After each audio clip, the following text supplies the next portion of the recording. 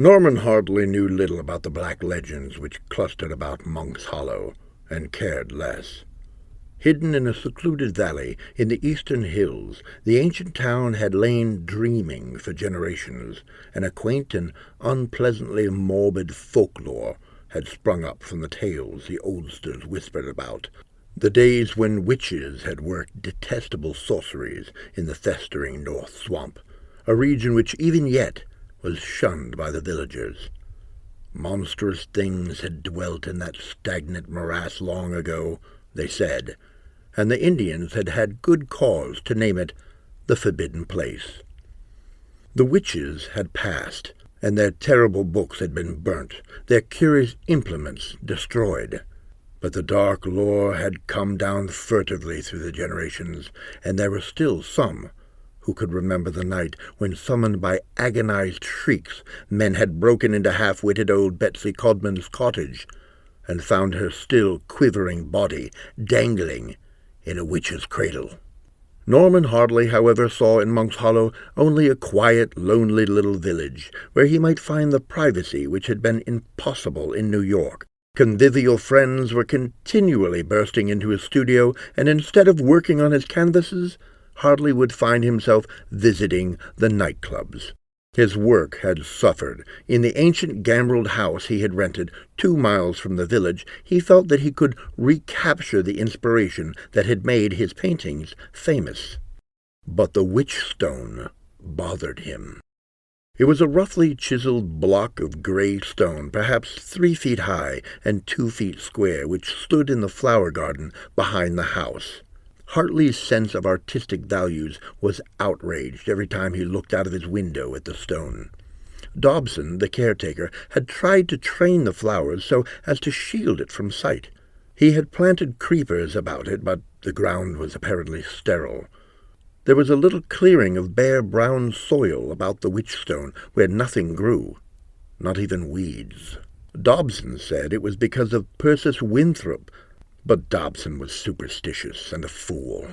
Whether Persis Winthrop actually lay buried beneath the stone or not, the fact remained that the block was an eyesore. One's gaze passed casually over the gay colors of the garden, drawn irresistibly by the little barren clearing where the stone stood. Hartley, to whom beauty was almost a religion, found himself becoming irritated whenever his eyes rested on the witchstone. Finally, he told Dobson to move it. The old caretaker, his seamed brown face puckered with apprehension, scraped his wooden leg across the floor and demurred. "It don't do no harm," he said, giving Hartley a sideways glance out of watery blue eyes. "Besides, it's a sort of landmark." "Look here," Hartley said, unreasonably annoyed. "If I'm renting the house, I've a right to move the stone out of the way if I don't like it, and I don't. It's like a great ugly splotch of green in a sunset. It throws the garden out of symmetry. One would think you were afraid to touch it." Hartley's thin, studious face flushed. Hartley snorted, but the caretaker went on seriously. "I mind he told me once old Persis cursed Monk's Hollow when they were ducking her in the pond. And they couldn't drown her either. Not with the father she had that came out of the North Swamp one night, too." "Oh, for God's sake," Hartley said disgustingly. "So the stone is moved, she'll pop up, eh?" Dobson caught his breath. "You shouldn't say things like that, Mr. Hartley. Persis Winthrop was a witch. Everybody knows that. There used to be awful things going on in this house when she lived here." Hartley turned away. They were standing in the garden, and he moved aside to examine the stone. There were curious marks upon it, seemingly chiseled by inexpert hands. The rough figures had a vague resemblance to Arabic, but Hartley could make nothing of them. He heard Dobson stump up beside him.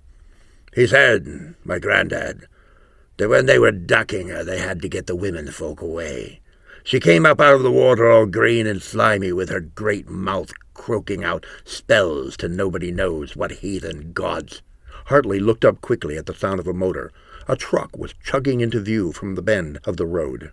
He glanced at the witchstone, and then, making up his mind, hastily sprinted for the road. Behind him he heard Dobson muttering some obscure reference to Persis Winthrop's mysterious father.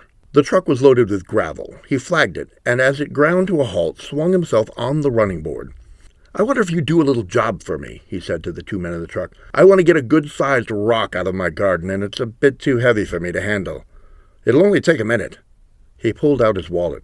The driver, an unshaven, bull-necked Irishman, turned inquiringly to his companion, exchanged glances with him, and then grinned at Hartley. "Sure, buddy. Glad to oblige." "Good," Hartley said, and half to himself, "We can dump it under a brush out of sight." Later, Hartley stood by his window, frowning. The moon was rising beyond the ridge, but the garden was still in shadow. Somehow he had the impression that something had moved in that dim black sea of gloom. Crickets were shrilling monotonously, and he felt unreasonably nervous. From below came a recurrent tap and shuffle as Dobson puttered about the kitchen. Dobson would have to do something about that barren spot in the garden. It was even more noticeable now that the stone had been removed, and even in the gloom Hartley fancied he could see a deeper shadow where the witch stone had stood. What was the old legend? Dobson had hysterically poured it out as the truck drivers were lifting the stone, pleading with them to replace it, begging Hartley to relent. It was full of monstrous hints of obscure traffic Persis Winthrop had had with the abnormal things that dwelt in the North Swamp, and in particular her dealings with the batrachoid creature who had sired her, a demon whom the Indians had worshipped ages ago, Dobson said. The villagers could not kill her, but there were spells which could nullify her evil magic, and there were words of power that could keep her fettered in her grave.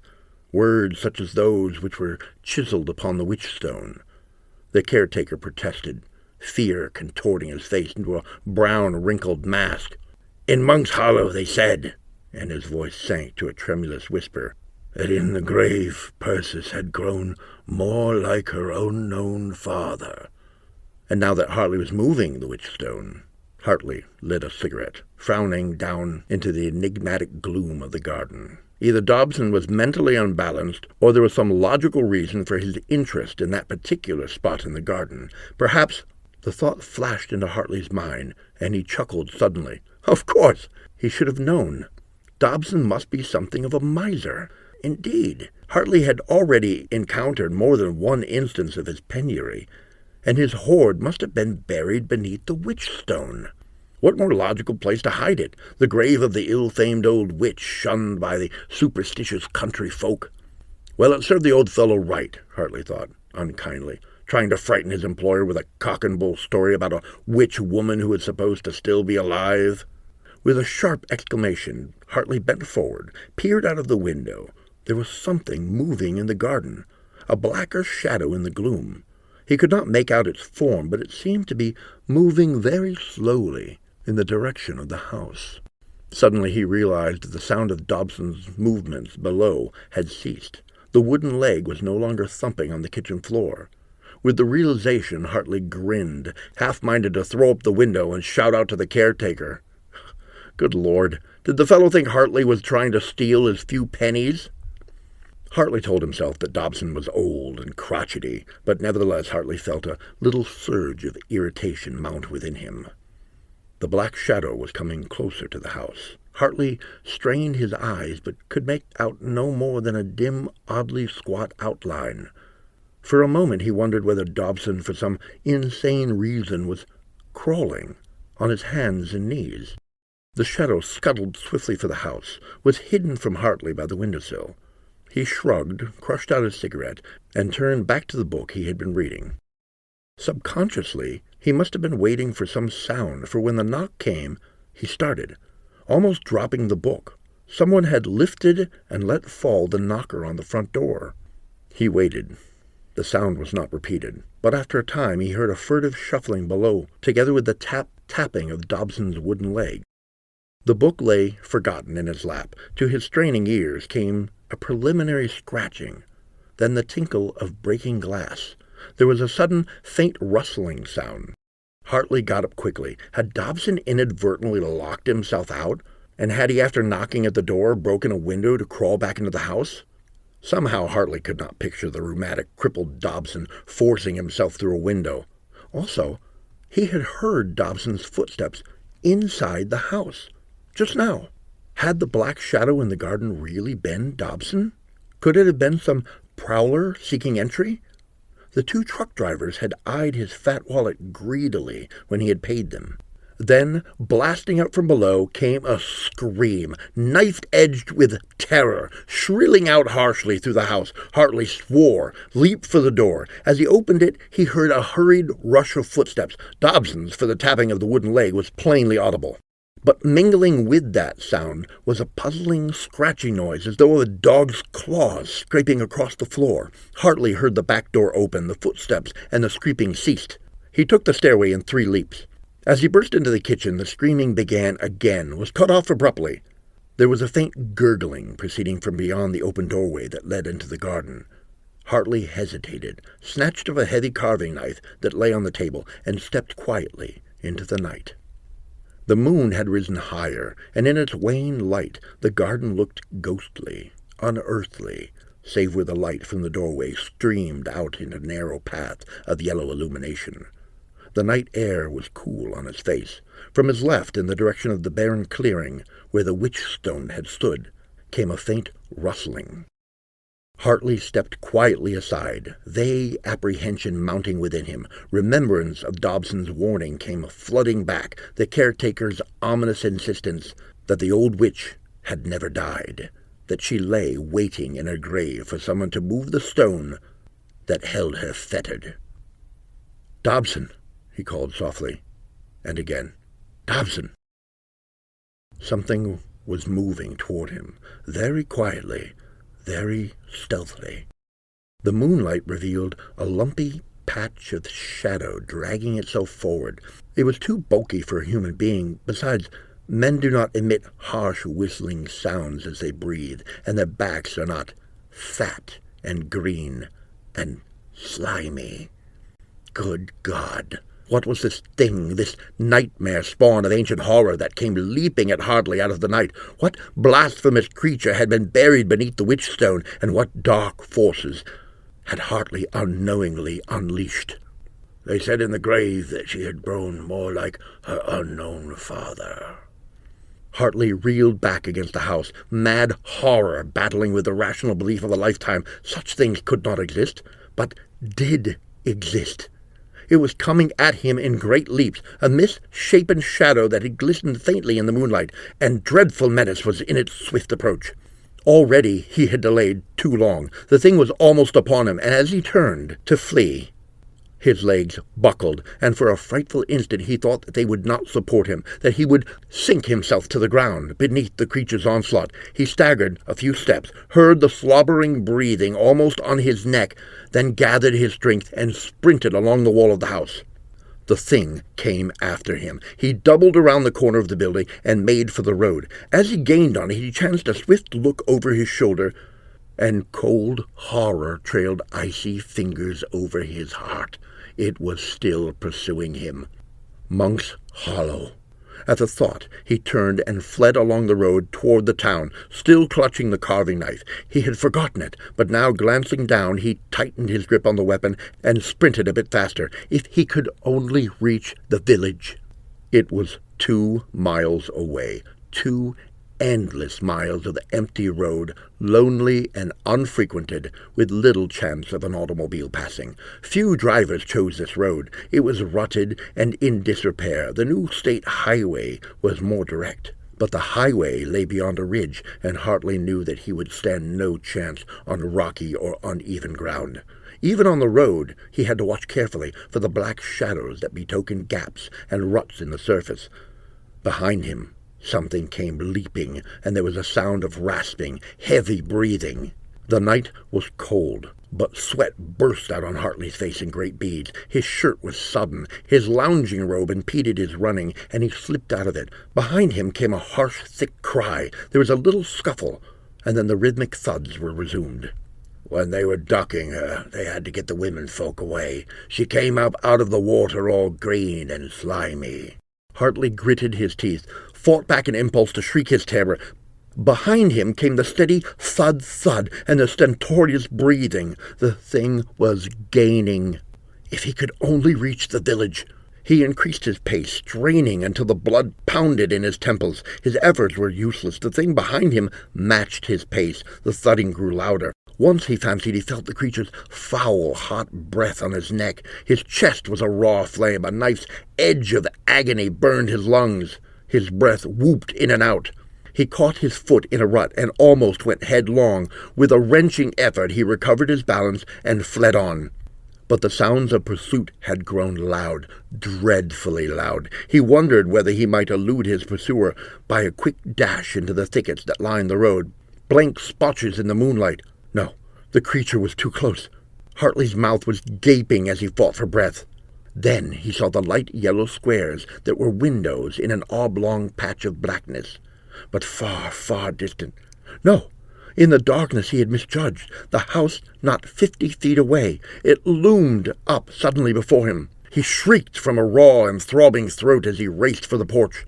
But before he reached it, he felt a heavy weight upon his back, bearing him to the ground. Great talons were ripping at his shirt, raking his flesh with needle-sharp claws. His eyes and mouth were clogged with dirt, but he realized that he was still gripping the carving knife. Somehow he managed to reverse it. Stabbed up blindly over his shoulder, the slobbering, harsh breathing gave place to a frightful, croaking yell, and then the knife was torn from his grasp.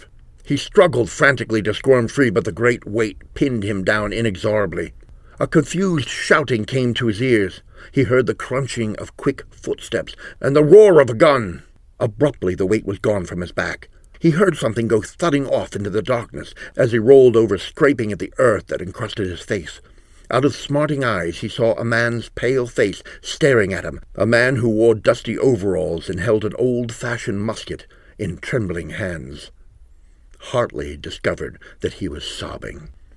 The other man stared off into the shadows, looked back at Hartley with wide eyes. What was it?" he asked shakily. "In God's name, what was it?" Anam Pickering, whose tiny farm lay on the outskirts of Monk's Hollow, awoke with a start.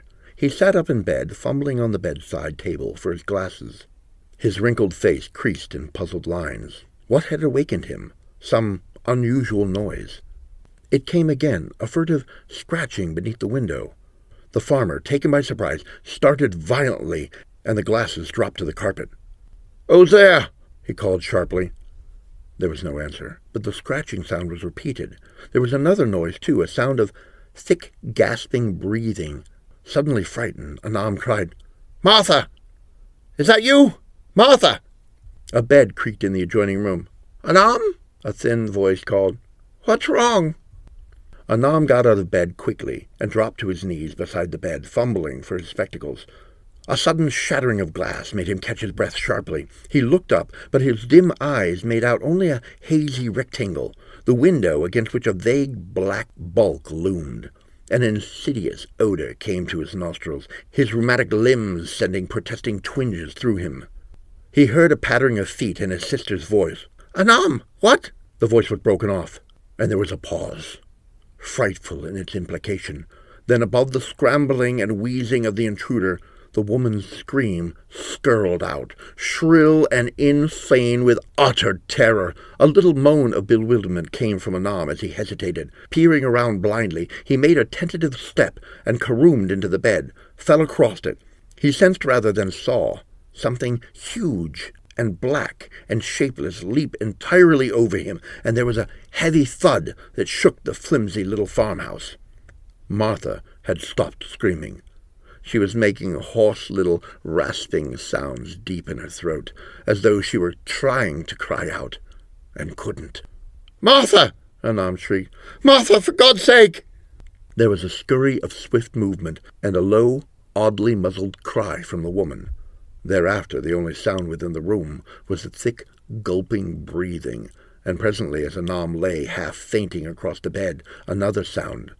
Monstrous in the mad thoughts it called to the man's mind, a faint rending and tearing as of flesh being ribboned by sharp talons. Whimpering, Anam got to his feet. As he moved slowly across the room, he repeated Martha's name under his breath, and his head swung from side to side as his dimmed vision tried to pierce the cryptic gloom. The tearing sound stopped abruptly. Anam walked on. The harsh fabric of the carpet scratched his bare feet, and he was shivering violently, still whispering Martha's name. he sensed a black bulk looming before him. He touched something cold, slimy, with a sickening feel of loathsome fatness. He heard a frightful, guttural snarl of bestial ferocity. Something moved swiftly in the darkness, and death took a Nom Pickering.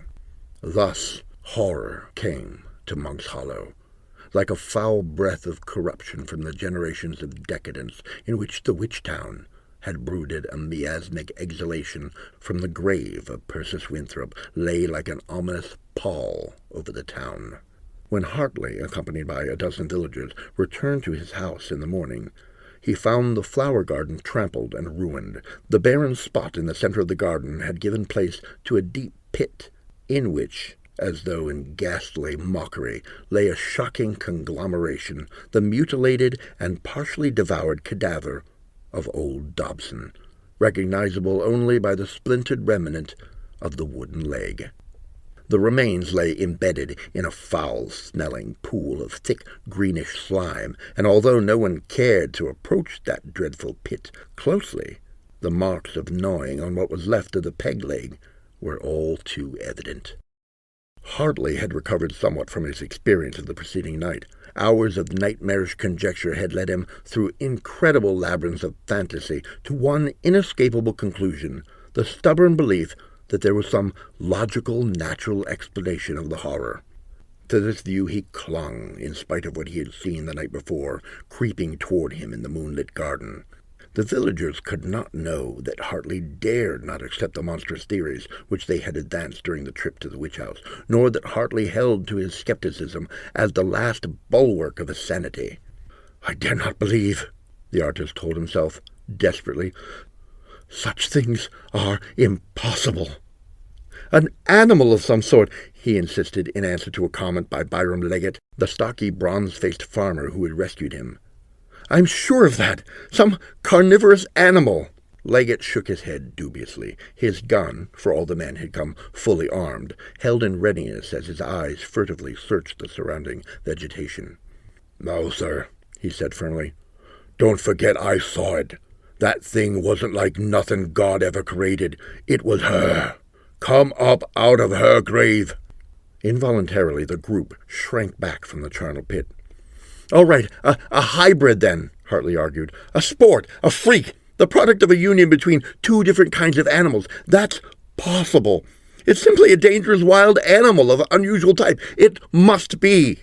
Leggett looked at him oddly, and was about to speak when there came an interruption in the person of a youth who ran, panting up, white-faced and gasping. A premonition of disaster came to Hartley. "What's happened?" he snapped, and the boy tried to control his hurried breathing until he could speak coherently. "Old Nom and Miss Pickering," he gasped out at last. "Something's killed 'em. All torn to pieces. They was. I saw 'em." At the memory, a shudder shook the boy, and he began to cry from sheer terror. The men looked at one another with blanched faces, and a little murmur grew louder. Leggett raised his arms, quieted them. There were little beads of moisture on his brown face. "We gotta get back to town," he said tensely. "And in a hurry, too. Our women folks and kids." As a thought came to him, he turned again to the boy. "Jem," he asked sharply, "did you notice where they're in tracks at Nom's place?" The boy choked back his sobs. Yes, there was great big things like frogs' tracks, only big as my head. The harsh, urgent voice of Leggett interrupted. "Back to town! Back to town, everybody! Quick! Get your women and your youngsters indoors, and keep 'em there!" At his words, the group broke and scattered, moving hastily away, until Leggett and Hartley were left. Hartley was very pale as he stared at the farmer. "Surely this is unnecessary," he said. "A few men, with guns." "You damn fool!" Leggett snapped, his voice rough with restrained anger. "Moving the witchstone. You shouldn't have been allowed to rent the place anyway. Oh, you city folks are smart, I guess, with your talk of freaks and sports. But what do you know about what happened here in Monk's Hollow hundreds of years ago? I've heard about those times when devils like Persis Winthrop had their conjurers and pagan books here, and I've heard tell of awful things that used to live in the North Swamp. You've done enough harm. You better come with me. You can't stay here. Nobody's safe until we do something about that." Hartley made no answer, but silently followed Leggett back to the road. On their way they passed men hurrying townward, bent oldsters hobbling along, casting frightened glances about them, women with wide-eyed children whom they kept close about their skirts. A few automobiles drove slowly past, and a number of old-fashioned buggies. The telephones had been busy. Occasionally Hartley caught furtive whispers, and as they drew nearer to town, the number of fugitives increased, and the whispers grew and swelled into low, terror-laden mutterings, drumming into Hartley's ears like the doom-laden pounding of a great drum. The frog, the frog. Night came. Monk's Hollow lay sleeping in the moonlight. A number of grim, armed men patrolled the streets. Garage doors were left open, in instant readiness to rush aid in answer to a telephoned appeal for help. There must be no more tragedies like that of last night. At 2 a.m, Leggett had been jerked from an uneasy sleep by the frantic ringing of the telephone. It was the proprietor of a gasoline station on the highway several miles beyond the town. Something had attacked him, he shrieked into the instrument. He had locked himself within the station, but his glass walls would offer little protection against a thing that was even then creeping closer. But help arrived too late. The station was an inferno of flame that fed on the underground gasoline reservoirs, and the men had only a glimpse of a great misshapen thing that bounded from the Holocaust to escape apparently unscathed amid the hail of hasty bullets that greeted its appearance. But the proprietor of the station had at least died a clean death. He had been cremated, for some of his bones, unmarked by gnawing fangs, were later found among the ruins. And that night, Hartley had found monstrous tracks beneath the window of his room in Leggett's house. When he showed them to Leggett, the farmer had stared at him with a curious light in his eyes, but had said little. The next attack came the following night. Hartley had fled from his bedroom and slammed the door just in time to escape the thing that clawed and slobbered and bellowed at the thin panel. But before Hartley and the aroused Leggett could return with their guns, it had taken flight and escaped through the shattered window. Its tracks led into a patch of thick underbrush nearby, but to enter the tangled wilderness of shadow at night would have been sheer suicide. Leggett had spent half an hour at the telephone, arranging for the villagers to meet at his house at dawn to begin the pursuit. Then, since they could not sleep, the two men returned to Hartley's bedroom and talked until nearly dawn. "It's marked you down," Leggett said. "It's after you, like I thought. I figured—" He hesitated, scratching the stubble on his chin. "I figured that maybe we could trap it." Hartley caught his meaning. "Using me for bait? No. What else can we do? We tried to attack it, but it hides in the North Swamp by day. It's the only way, unless you wanted to kill more people. You can't keep kids indoors all the time, Hartley." "The National Guard," Hartley began, but Leggett interrupted him. "How can they get in there, in the swamp? If the thing could be got by ordinary means, we'd have done it. We'll track it come dawn, but it won't do any good. Don't you see, man? Every minute counts. Even while we're talking here, the thing may be butchering somebody. Don't forget—" He broke off, eyeing Hartley. "I know you think I started it, but, God, I've told myself over and over that the thing's a freak, some hellish outcome of an unnatural mating, but—" "But you know that's not so," Leggett said quietly. "You know what it is." "No." Hartley shook his head dully. "It can't—" He stopped, staring at Leggett's face. The farmer was glaring past Hartley's shoulder, incredulous horror in his eyes.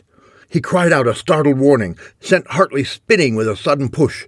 The artist had a glimpse of a shining, hideous countenance protruding through the window, a dreadful mask that was neither batrachoid nor human, but partook monstrously of the attributes of both. A great slit-like mouth worked loosely, and yellow glazed eyes glared into Hartley's. There was a choking stench of foul corruption, and the thing was in the room. Leggett's gun blasted. The creature seemed to twist in mid-air, and the farmer went down beneath the onslaught. An agonized shriek welled out, broke off abruptly. The monster, crouching over Leggett's body, lifted a muzzle, wet with fresh blood, and made a gobbling sound. dreadfully reminiscent of a chuckle deep in its throat. Sick and shaking, Hartley felt the doorknob beneath his fingers, and he flung the door open as the creature leaped. He slammed it just in time, but a panel splintered under a terrific impact. Hartley fled along the hall as the door crashed. Outside the house, he hesitated momentarily, glancing around in an agony of indecision. In the cold grayness that precedes the dawn, he saw the nearest house perhaps 200 feet away. But as he started to race toward it, the thing came bounding into view, intercepting him. It had apparently crept out through the window by which it had entered. Hartley suddenly remembered his automatic and clawed it out, fired point-blank at the creature as it came at him. There was a croaking snarl of rage, and the loose slit mouth worked hideously. A little stream of foul black ichor began to trickle slowly from a wound on the wattled, pouchy throat of the thing. But it did not halt, and Hartley, realizing that a creature of such monstrous size must possess tremendous vitality, turned to flee. It was between him and the village, and as though realizing its advantage, the thing kept at Hartley's heels, giving him no chance to double back. The thought flashed unbidden into Hartley's mind. The monster was herding him. He heard a window creak open, heard a shout, then he was running for his life, back along the road over which he had fled on the first night of the horror. At the thought, and at sight of a small lane, a rutted cart path joining the road at right angles, he twisted aside and raced along it. His only hope lay in somehow getting back to the village. Behind him came the gasping and slobbering, the rhythmic pounding that betokened the grim pursuit. He chanced a snap shot over his shoulder, but the hazy light of the false dawn was deceptive, and he missed. He dared waste no more bullets. The thing was herding him. Twice he saw paths that led back to the village, and each time the pursuing monster blocked his escape, circling with great leaps to his right until the paths had been passed. And presently the fields grew wilder, and the vegetation took on a lush, unhealthy greenness. He might have attempted to scale a tree, but there was none near enough to the road, and the pursuer was too close. With a dreadful shock of realization, Hartley saw that the north swamp lay before him, the ill-omened morass about which all the ghastly legends had centered. The ridge to the east was silhouetted against pale grayness. From far away, Hartley heard a sound that sent a thrill of hope through him. The sound of an automobile motor. No, two of them. He remembered his neighbor's shout as he had fled from Leggett's house.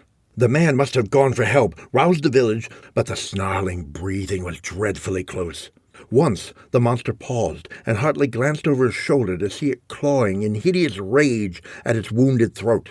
The bullet must have handicapped it in the pursuit, else Hartley would long before have fallen beneath ripping talons. He brought up his gun, but the thing, as though realizing his purpose, sprang forward, and Hartley had to sprint in order to escape the great leaps. The sound of motors grew louder in the dawn stillness. The path wound through the swamp. It was overgrown with weeds, rutted and pitted deeply, and at times the encroaching ooze had crept up until only a narrow ribbon of dry land was left.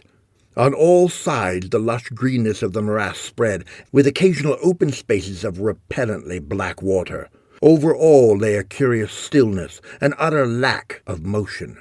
No wind ruffled the tops of the grass fronds. No ripples spread over the waters. The sound of the pursuit, the roaring of the motors, seemed an incongruous invasion of this land of deathly stillness. The end came suddenly, without warning. Green slime covered the road for a distance of a dozen yards. Hartley, splashing through the icy, ankle-deep water, felt his foot go down into a hole and fell heavily, wrenching his ankle. Even as he fell, he rolled aside desperately, felt a wind brush him as the monster's impetus carried it beyond him. Hartley's arms, outthrust, were abruptly embedded in something soft and clinging, something that sucked and pulled them down inexorably. With a rasping cry, he wrenched them free from the quicksand, fell back to the former ground of the road. He heard the sound of a shot, and flat on his back in the ooze, saw a monstrous mask of horror incarnate looming above him. The sound of motors had increased to a roar, and a shout of encouragement came to his ears. The monster hesitated, drew back, and Hartley, remembering his gun, jerked it from his belt. He fired point-blank at the creature, and coincidentally with the report of his own gun came a volley from the cars. Lead whined above him, and he felt a stinging pain in his shoulder. Suddenly it seemed as though the monster was a huge bladder, punctured in a dozen places, pouring out black and nauseous ichor. With a hoarse, gasping cry, it flopped aside, made a crippled, one-sided leap, and came down in the bog beside the road. Then swiftly it began to sink. The quicksand took it, its huge hindquarters, black and glistening, corded with muscle, disappeared almost immediately, and then the distended, leprously white belly. Hartley, sick and fainting, felt hands lifting him to his feet, heard questioning voices that seemed to come from a great distance. But he had eyes only for the abysmal horror that was being engulfed a dozen yards from him. The webbed and spurred flail-like talons that were desperately beating the slime, the misshapen, hideous head that rolled from side to side in agony.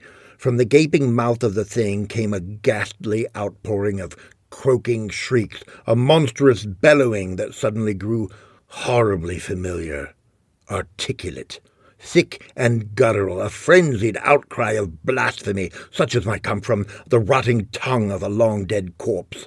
All the men fell back, white with loathing, and Hartley dropped to his knees, retching and moaning in an agony of horror as the thing, its mouth half choked with the hungry quicksand, bellowed.